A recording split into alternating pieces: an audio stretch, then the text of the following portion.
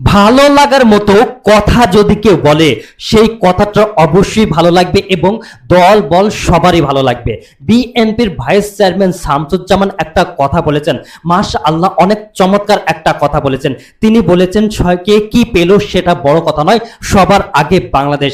বিএনপির vice chairman Shamsuzzaman বলেন, ব্যক্তিগত মান অভিমান পাওয়া না পাওয়ার হিসাব না করে দেশের স্বার্থকে প্রাধান্য দিতে হবে, দেশকে সমৃদ্ধ করে গড়ে তুলতে হবে, কৃষক শ্রমিকের পাশে দাঁড়াতে হবে, বেকারত্ব দূর করতে হবে এবং আইন শৃঙ্খলা প্রতিষ্ঠার মাধ্যমে গণতন্ত্রকে আরো সুসংগত করতে হবে।